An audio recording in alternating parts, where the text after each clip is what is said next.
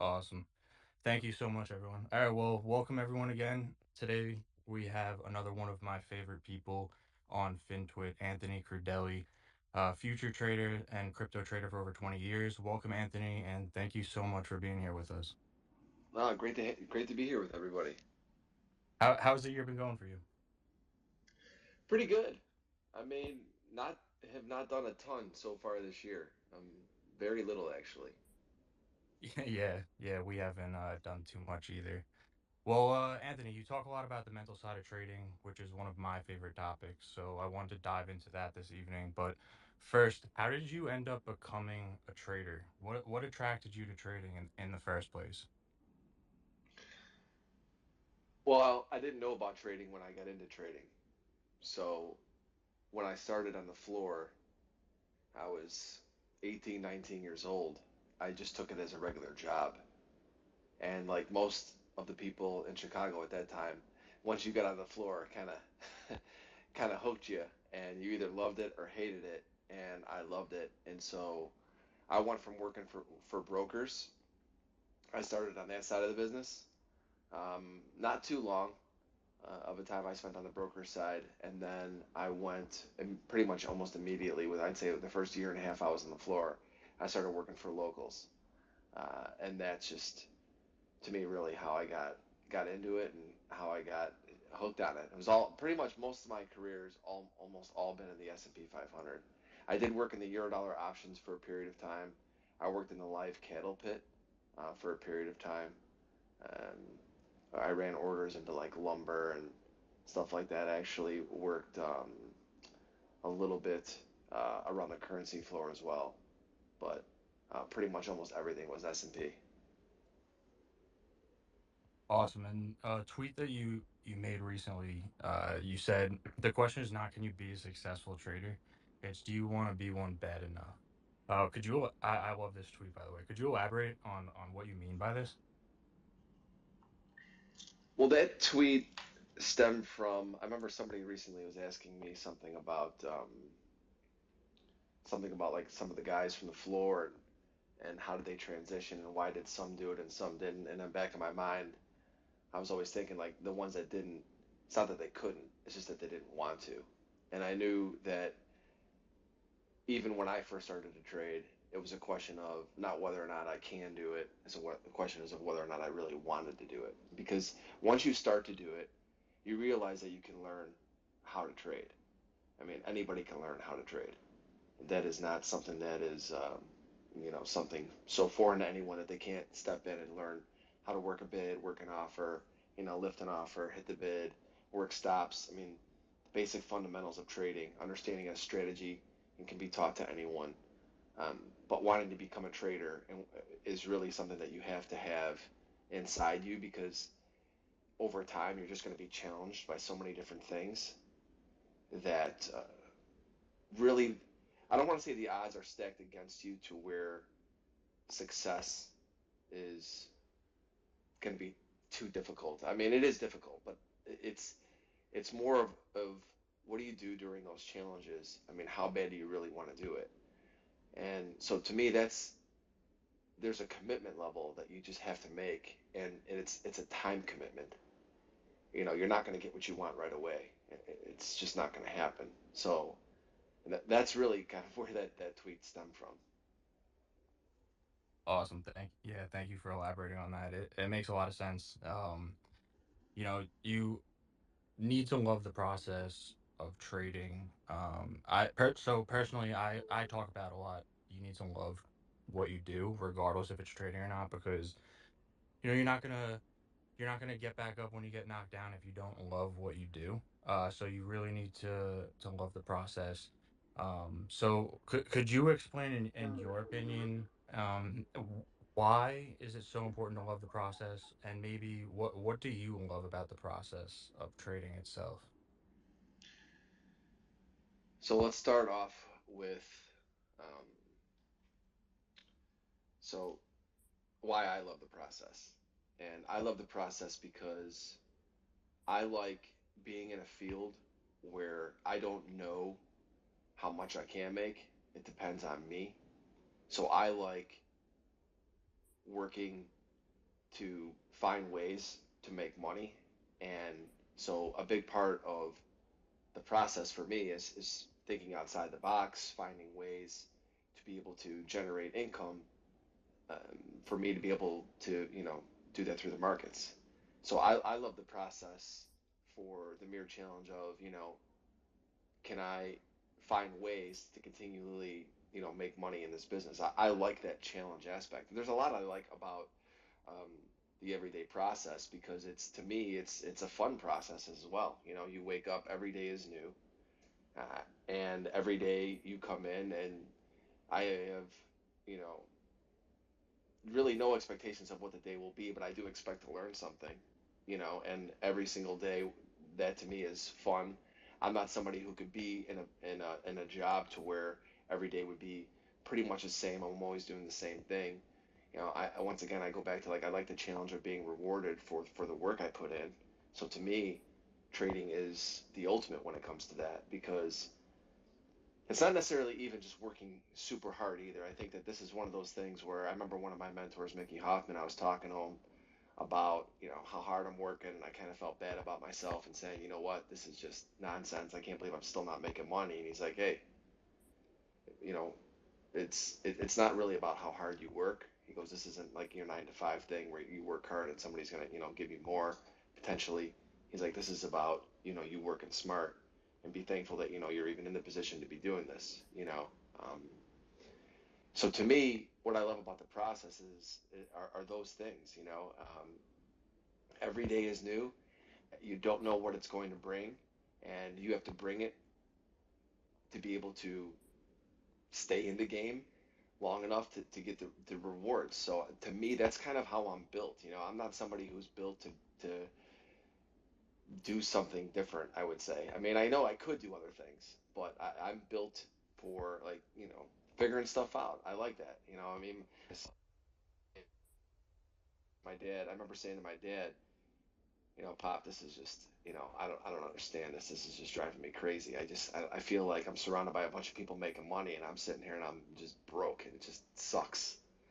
And he goes, Tone, if you want to do it, figure it out. And so to me, the process comes from like just that burn in my belly, where it's like, hey man, I want to make this happen, and I like to do things to be challenged and eventually see the rewards. So that's the fun part of this business to me. And the I second, Yep, go go ahead, ahead. go ahead. No, I was gonna say, and then remind me what the second part of that you wanted me to discuss on. I think I want to know what you love about the process, and then the second part is why is it so important to love the process? And I think it's just for all those reasons, right, that I just said. I mean, Yep, yep. I feel like when you when you do something, I always look at it like this, like, why do you trade? Yeah, I mean, you look yourself in the mirror and say, why are you doing this? I mean, yeah, you want to generate income. Sure, we all do. I mean, I can find a million ways to make money. I mean, I don't think that that's a problem for me and probably most people out there. If you have any good work ethic and, you'll find a way to make money. But do you want to be challenged in a way that you've never been challenged before to be able to go out there and get rewarded in a way you never thought you can get rewarded? To me, that's where the passion is going to come from. And the reward to me obviously is obviously making the money too, but it's also about figuring things out. I just go back to that comment that my dad told me. My dad knows nothing about trading business. He was in the trucking business, and he just basically said to me, he's like, if you want to do it, you figure it out. My dad was a salesman in the trucking business, and he figured out how to sell trucks the best way he could.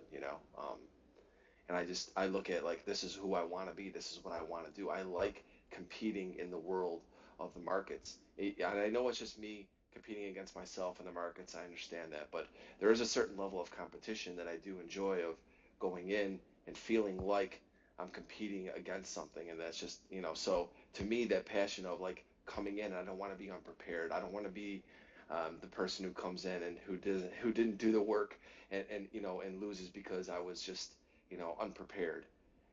That pisses me off. I don't want to be that person. I mean, I even for me, I participate in some like, a lot of golf matches and stuff like that, and I'm the kind of guy who like, I feed off that. I love that. To me, it's fun. The preparation. Golf has become a big part of my life, and I look at it as like I just don't do anything just to do it. I do it because I like to compete. I like to go out there and see what I'm made of, and see what I'm made of in moments. Um, and trading will test you at every level. Definitely, I couldn't agree more. That was really well said. I think a lot of people listening right now could relate that, if we're trading, we definitely like the constant competition and, trying to level up and improve ourselves and self-improvement really. Ray, do you have anything that, you want to add to, like, I'd like probably the same thing, like we like the competition, but what do you love about the process of trading? So, I mean, at the end of the day, this is a performance sport. I think someone's echoing back. Yeah, can you hear me? Perfect. So, I mean, at the end of the day, trading's just a performance sport, right? You're individual, sitting at the desk or on the go, whatever the case might be. Your decisions are your own. What you do in this, every decision that you make, you have to take ownership of it. Every move that you make will have a consequence. So there's nothing in the world that's sort of going to put you in that spot, but also reward you at the same time if you exercise discipline, if you exercise, self control, or try to minimize your emotion, even though we can't be doing that. So for me, I mean, it's the process of self improvement over a span of years that is never going to end, even if you're in the markets for 3 decades like Ross, or if you're in the markets for two decades like Anthony. um, Even these individuals that have been at it for 20 plus years, 30 plus years, they're still improving upon themselves. And there's really nothing like it if we compare the markets themselves to something else. So that's personally, I mean, that's what I like about it. You're paid to perform. You're paid to make decisions, uh, and when you're right, you get rewarded in a big way, and you're not as stuck with a 9 to 5 or a boss or things of that nature. So it's really rewarding. That's the aspect I like about it. I mean, the process itself pays you. Once you go through the reps, you go through the years, you go through the down years, you go through the up years. You learn to minimize your emotion. You learn to cage yourself into, say, certain setups in the market, and that rewards you over time. So that's why I feel the process itself is sort of fairly unique to the trading space. Awesome, thank you for that. Yeah, I totally agree. And as you mentioned, it's kind of a roller coaster. This is for Anthony first. How do you deal with the roller coaster of emotions that we do feel as traders? It's a constant challenge. We've heard now, like for example, when the market's cooperative, we're making a lot of money, we feel great. Or the market's not cooperative, nothing's working, you feel really down on yourself. How do you deal with that roller coaster of emotions, and not let it overtake your decision making? Yeah, I'm not sure Now I exactly. can Oh, unmute. there we Yeah, go. There we yeah, it go. wouldn't let me unmute it. Okay, cool. Sorry Um, about that. so I just bet. Yeah, set me up with the question again because I Yeah, was of looking at. course. No, Yeah. so we talk about, like as traders, we love the challenge. But of course, like, when it's a constant challenge, we there's a roller coaster of emotions that we feel. So like when the market's cooperative and we're making a lot of money, we feel great. When the market's not cooperative, or we're just in a rut, nothing's working, we feel really down on ourselves. So how do you deal with, that roller coaster of emotions, that we feel as traders? So the way that I deal with it. Okay. So there's a couple angles I can go at this question because there's actually something that I work on and have been working on for many years, and that's really trying to slow my heart rate down, slow things down. At the beginning of my career, I was the type of guy who would be, just pretty physical when I would lose and just get pissed off. I'm the oldest of three brothers. We grew up, we were fighting, we were always competing, we were always doing stuff, to where, so when I would lose, you get pissed. I'm a competitor, right? Like everybody in here. And I would remember just like, either flipping my mouse, hitting my keyboard, just doing stupid things, immature things. And and I started to develop anxiety. And I think a lot of that was because I was just too much involved, getting too much involved with the ups and the downs and allowing it to get the best of me. And I was allowing that to come to the surface of, my everyday life. And then when I wasn't at the computer, subconsciously, it'd eat at me. And that's where I think the anxiety started to come in.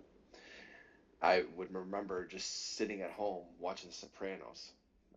People probably remember that show on a Sunday. You have your family, everyone's sitting there, and all of a sudden, I would get anxiety, which is kind of ironic when you look at the show and then he suffered from anxiety. It was just kind of a weird thing. And I remember going to, my girlfriend, my parents, and just being like, this is just crazy. I mean, a couple of times I'd stand up, I'd go down to a knee, and I'd be like, this is just nuts. Like, what? Why is this happening when I'm not trading? And then when I'm trading, I felt like I was just sharp, and I was just on top of it. And I just would flip out like I normally would if I would lose, and I would come home, and then subconsciously later it would catch up to me again. So I had to look at myself and say, this is not a good life. you know, I don't care how much money I eventually end up making. Like I can't live like this because when I'm not trading, I'm just like a complete mess. Um, so what I started to figure out was I have to learn how to slow my heart rate down. And I spent a lot of time. At the time, meditation wasn't really something I really looked at, but it really was a form of just breathing and just a form of just slowing things down in the moment, accepting them for what they are, and also remembering the feeling that I felt when I was pissed off and I wanted to throw something, um, and use that feeling to when I was in that situation again. I would say to myself, do you really want to go back here? I mean, is this really what you want to do? And so at the time, I would learn to slow things down in the moment.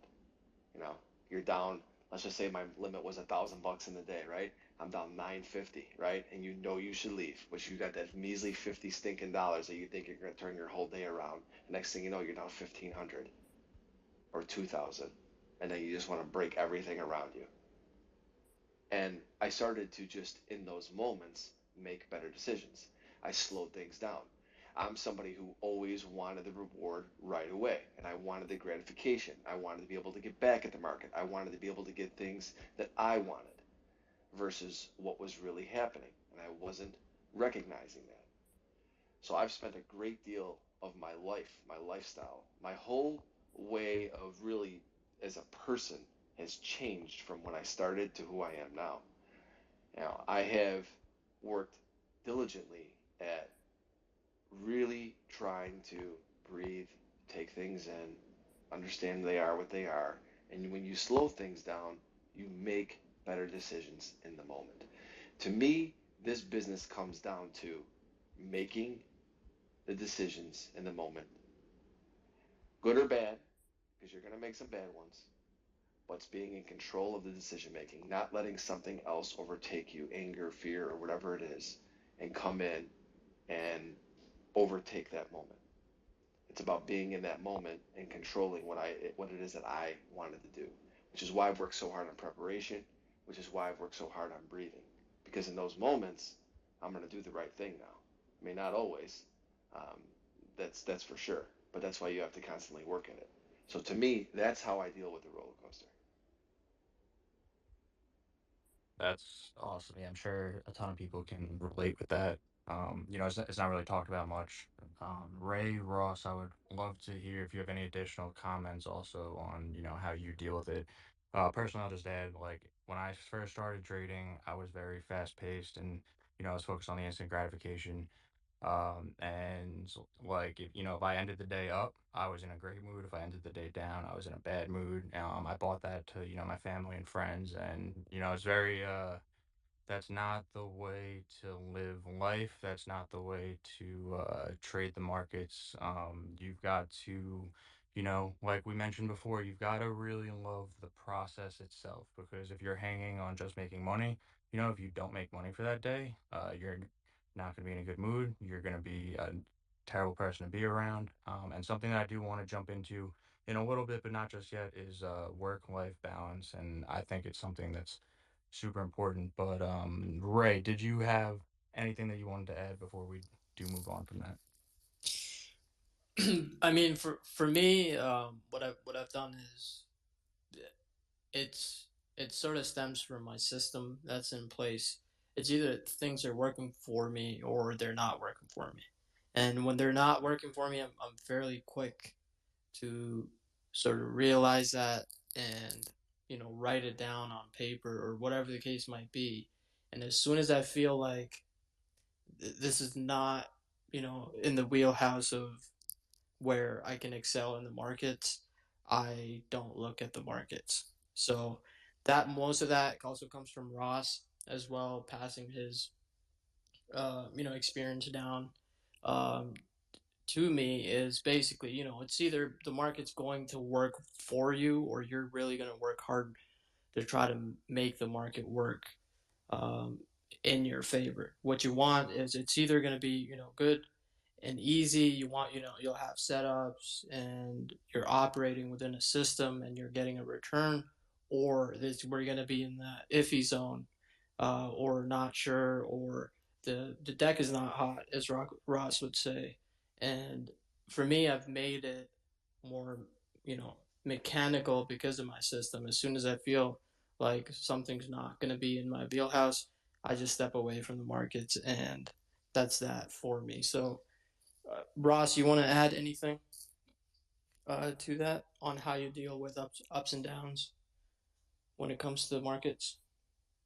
Uh, Absolutely. I mean, I'll take, pick up right where Anthony left off. I mean, 20 years ago, it's crazy to think I had a good friend of mine introduce me to Kundalini yoga and meditation. And that's, just the form that I had been resistant for. And for the same reasons I had, between life and trading, I wasn't handling stress well. And it took a lot of tugging to eventually get me there. But that particular anyway, I wound up falling in love with it and really finding a lot of solace there, being able to go to a place and do that and learning to meditate. And I've really taken little bits and pieces of that with me. So obviously I can't leave in the middle of the day to and go to a Kundalini yoga class or just do a, yeah, I guess you could, but I don't do it. I like to be at my desk. But what I could do for 15 minutes is take a walk to whatever that quiet place is around the corner, wherever you are, and maybe just sit there and chant what something Kundalini yoga related, like it could be an 11-minute quick.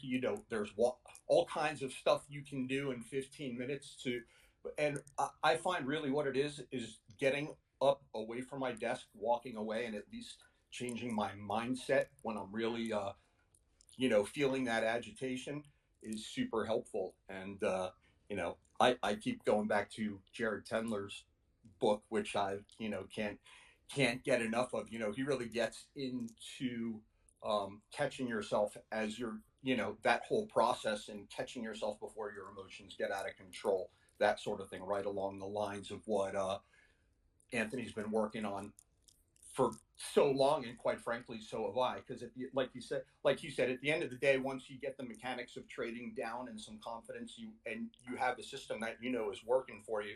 It really is just about controlling yourself, because trading's going to put you in those situations that those times that bring out the worst. Yeah, it brings out the worst in you when things are not going well. So, I mean, for sure, that is the challenge. On the flip side, over the last since I've been doing it, the thought of having to do anything else but trade makes me anxious. Are you with me? So that to me, that's why it's worth the stress, because the thought of not trading for a living stresses me out more than the stress of actually, when it gets super hairy for myself. But at the end of the day, that's what I wound up doing. I found yoga. I've read a ton of books, and now sometimes it just, what it ultimately comes down to is what I can do in 15 or 20 minutes stepping away from my desk. And that has been the most effective thing, at least for me, in the moment.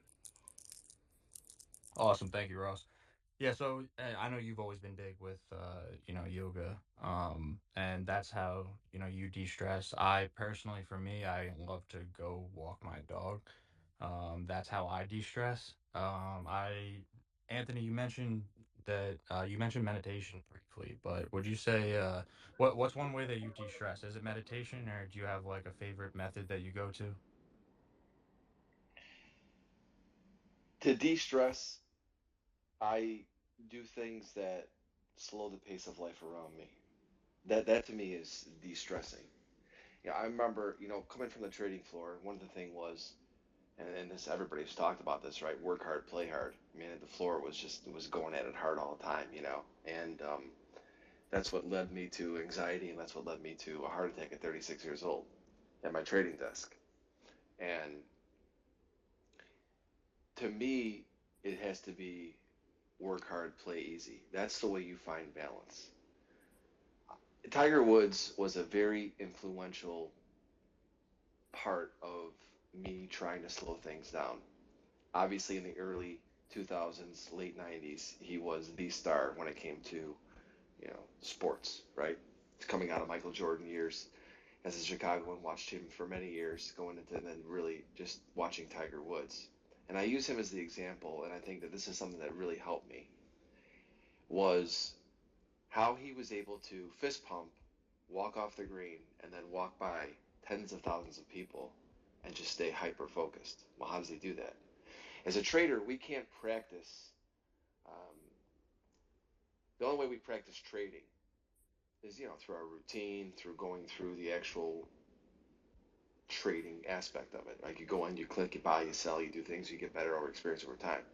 But what we can practice is slowing our breath down, slowing things down. So when we do feel that we are tested emotionally, what can we do to slow things down? And I watched him, and I would watch him go and putt, and I would watch him do things, and watch how the only thing in the world that mattered to him at that exact moment, doesn't matter what we're all thinking and watching, all the excitement, all the nervousness, his only focus was on that putt. And I really started to look at that and say, you know what? To me, I'm, trading every single day. How do I slow things down like he does and allow myself to be able to have that kind of hyper focus? And that's something that you can practice. And you can practice that through the meditation. You can practice that through just breathing, which is meditation, right? I mean, or through yoga, through things that you do that are not with a headset on, that are not tied to any sort of, um, I would say, like a rigorous type activity. I used to think that just going and lifting weights with my headset on, that was like decompressing. No, it isn't. It's not the same thing. Because at that moment, you're still up and your still heart rate is still high, and it actually, the higher it is, the more you can really do. But what do you do from taking that high and bringing it down low because you need to at that moment? How do you do that? And the only way you do that is by breath, in my opinion. That's what's worked for me. Is that I spend a lot of time breathing. I'll never forget when I first met Denise Scholl. I talked to her years ago, and I was telling her, on a personal phone call what was going on with me, and she said, you're really not breathing when you're at your desk, when you're trading. And I was like, what do you mean? I didn't understand. And she was just basically, talking to me and saying that, you're just not getting enough breath, and that was a big part of what was causing, me not being able to slow things down. And I'm like, wow, it's kind of strange when you think about it. It's because when you're up and you're excited and you're doing things, because when we're trading, there's adrenaline. And at that moment, when things start to go our way or not our way, that's the ups and downs we're talking about here. But how do you keep yourself at that level field? It's by breathing. It's by controlling your heart rate. I remember spending a lot of times literally checking my pulse, seeing how am I doing, can I keep it up, to the point where Even almost doing that, it kind of got me a little anxious. But what I learned from it was that I was basically just just able to slow things down when I needed to. And I'll never forget when I first started trading some size in the S&P. I mean, my hand would shake. And I got to the point where I was pulling some pretty big clips and I was really calm because at that moment I was able to slow things down. So I would say breathing is so important because you don't realize that your body is not getting enough air at the times that you're sitting at your desk. And going back to what Ross said, I mean, it's amazing what 5 minutes will do walking away. It's amazing what it will do to you. It clears your head so much more than you think. So, I mean, to me, stepping away during the day is key, and I think adding to that is breath. Yeah, I couldn't agree more. And you've had such a big impact on my trading personally. A few years ago, yeah, I was just always so focused on like improving my performance and better returns and just what can I do to increase like my results and it just wasn't a long term. It wasn't sustainable. And you really helped me focus on slowing down and focusing at what's at hand and really, how to stay in the game long term and not burn out. So, thank you for, everything you contribute to the fintech community. You've had a bigger impact on me than you know. But I guess to add on to that, I would like to hear, I see Greg's up here as a speaker. I would like to, if Greg's paying attention. So, this is something Greg wrote recently. When you're frustrated in a rut, how do you, we talk about stopping and walking away, but how do you know when to stop and walk away? And what are some things you like to do to keep yourself busy? So, Greg, if you're listening, I'm going to throw this one over to you. Yeah, thanks, Nick. So I'm still, this is year two for me, so I'm still trying to figure out the best ways in my system to know when to step away. But for me, it's based on my prior trades. Over the last 10, how many have I won? How many have I lost? How many are break even? So if that ratio is not positive, and if I'm not making any progress, all these Ross, Ray, Anthony, I'm sure everyone knows that, when you're not making progress, obviously it's time to step back. So taking a good look at your performance is key. And, I'm starting to realize how important that is for me. But in terms of ways of just like trying to find balance and get away from the market, I, try to focus on sports. I read, and then also I go back and study my edges, if I can refine my edges, if I can study correctly, it'll give me confidence to know that, yeah, I may not be trading great right now, but, if I keep building on what I'm learning and creating, then I can, when the time's right, I'm going to be able to be confident, one, and two, then just execute, So I'm not wasting a bunch of mental energy while I'm not performing well, just continuously looking at the market and driving, digging myself a deeper hole. So, yeah, that's pretty much where I'm going in my trading right now. Obviously, it's still a big work in progress, but yeah. Awesome. Thanks, Greg. Yeah, and one thing I just want to mention is, we've said meditation a couple times, and meditation is usually like a pretty intimidating word. People think of like some pretty big ordeal, but it's really just at the end of the day. I mean, like you can get better, but at the end of the day, as Anthony said, it's just it's breath. Like you focus on your breath, you bring your attention, slow everything down, and that's what meditation is. So, I'll go to sleep for the night, and when I put my head on the pillow, I will just try to focus on thoughts that are arising and just meditating until I fall asleep. And some people say that's not meditation, but it really is a good way to slow things down and fit it into your life until you want to make it a bigger factor. So meditation is good, and we talk about slowing things down and balance, work life balance. How does balance, and this is for Anthony, how does balance across your life affect your performance as a trader? So I'll add, if things aren't good in my personal life, if if I'm stressed out or frustrated about something in my personal life completely unrelated to trading, the market might be really good. The market might be very cooperative. It might be a strong environment, but my head might not be right. And so people will be confused, like, why are you not, trading? Why are you not getting aggressive? And for me, like, yeah, the market's got to be cooperative. The market's got to be strong, but also my head has to line up with the market. If I'm not in the right frame of mind, then the market can be great, but I'm not going to do well myself. So, um, I guess my question for you is, how does balance across your life affect your performance as a trader? How easily can you get distracted in the heat of the moment? What subconsciously is bothering you that's going to come to the surface the minute one thing doesn't go your way?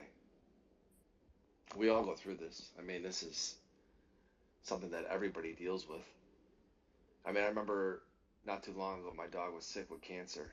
I'm sitting on my machine. It's just like I can't think of anything else, and I'm just like, I'm just, one little thing's gonna go wrong, and I'm just not gonna be what I talked about before, hyper focused, slow things down, able to make the decision I want to make in the moment. Because now at this point, I've got a weak hand. I have a weak hand because my mind is distracted in the background.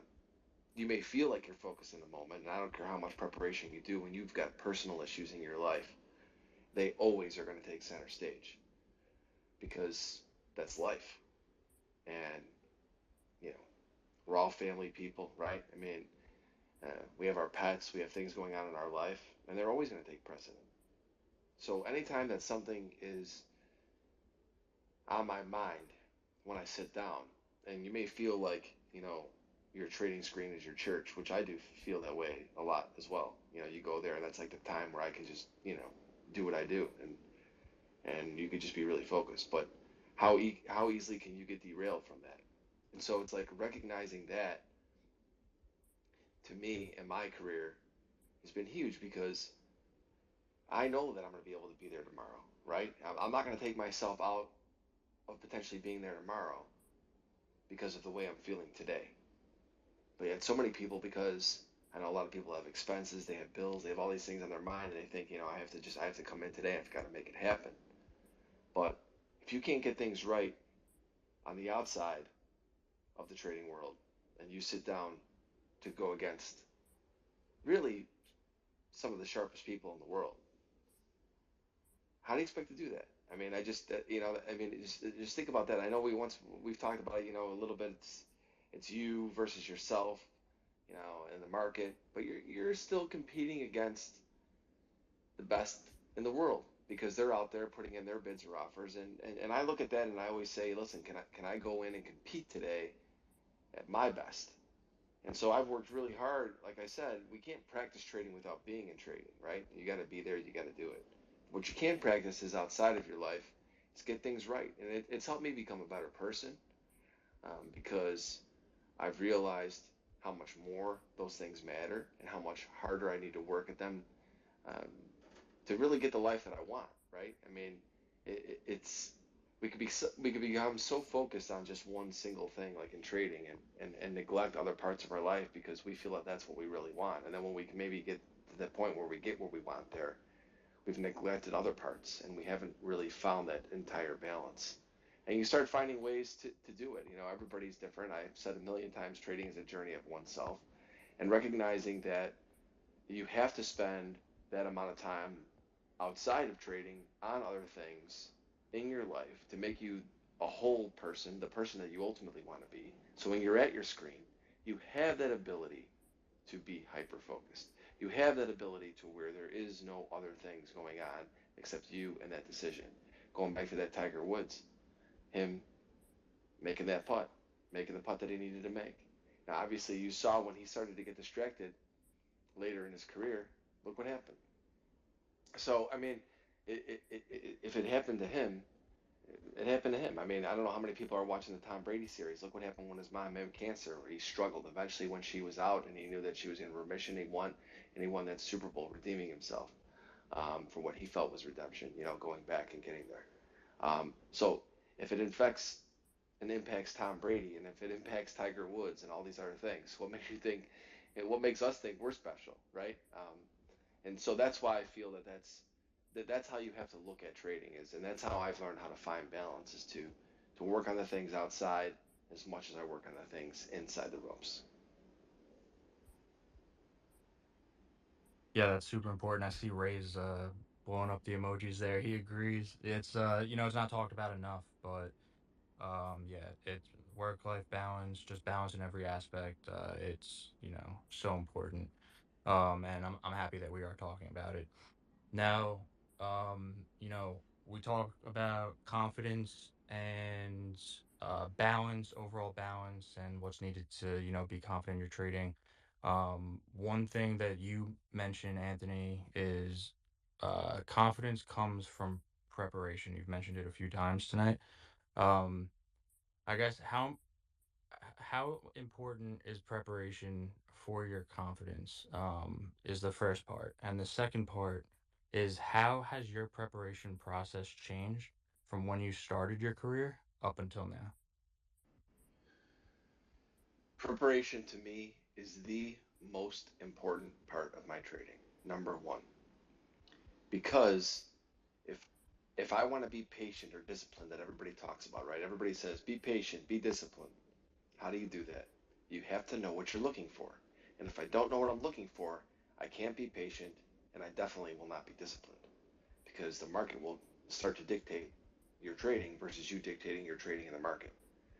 So preparation is the key for me in my trading because when I sit down, that's what allows me to slow things down, be patient, be disciplined. Everything comes into play from that point. Now, mind you, no matter how much I prepare, I don't know what's going to happen, so I don't know the outcomes of things, and I don't know if I'm going to get what I'm looking for. But that's part of the journey, and that's part of the execution. That's where you start getting better and recognizing situations and environments and things like that. But preparation is so important because of all those things that I mentioned. It's what leads to, and I will say this: you don't have to have the best strategy. You don't have to have.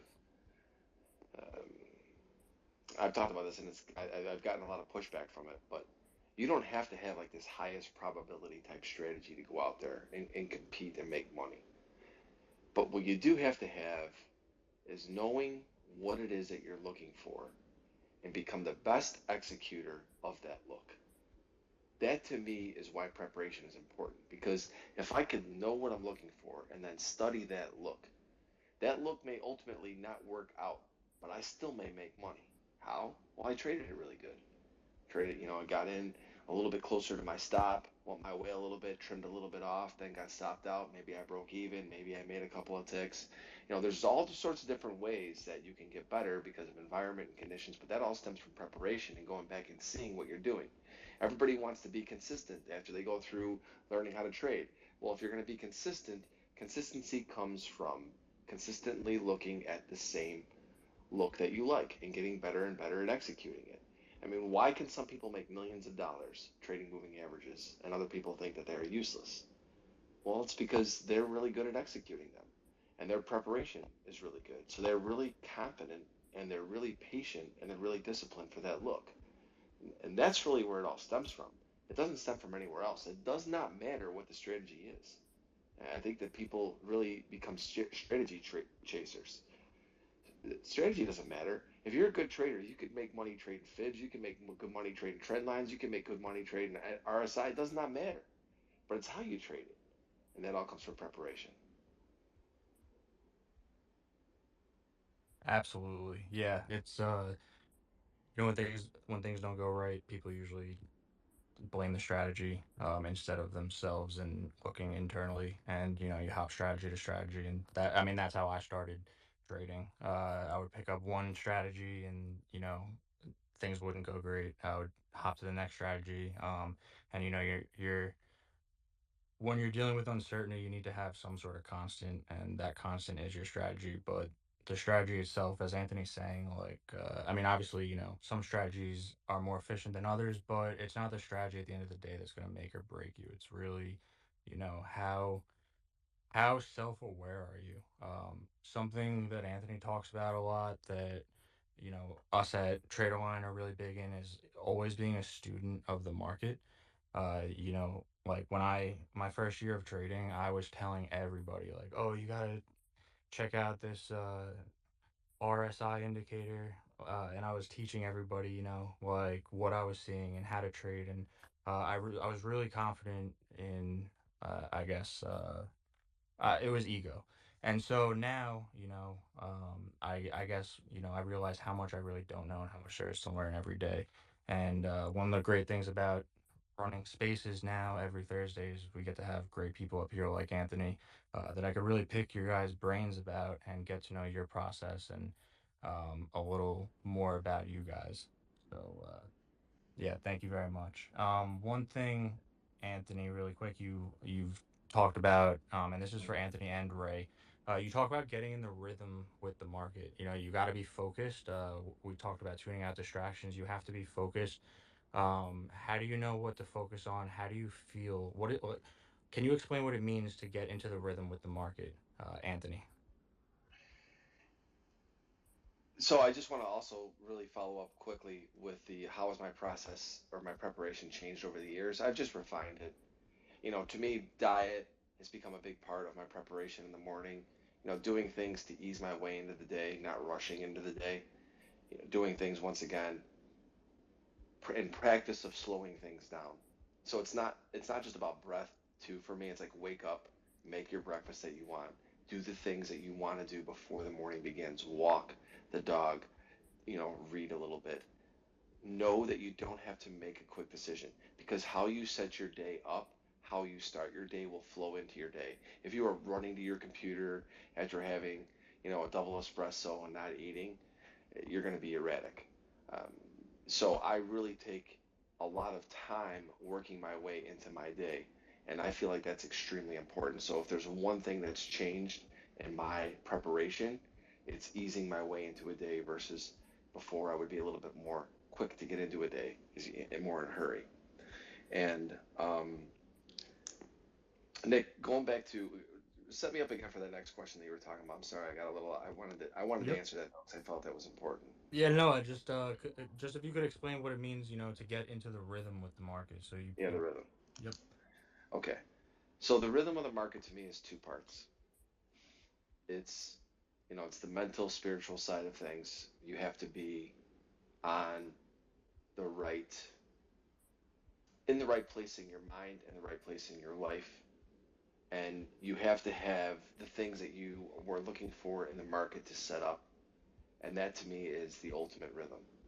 Um, in my best days in my career,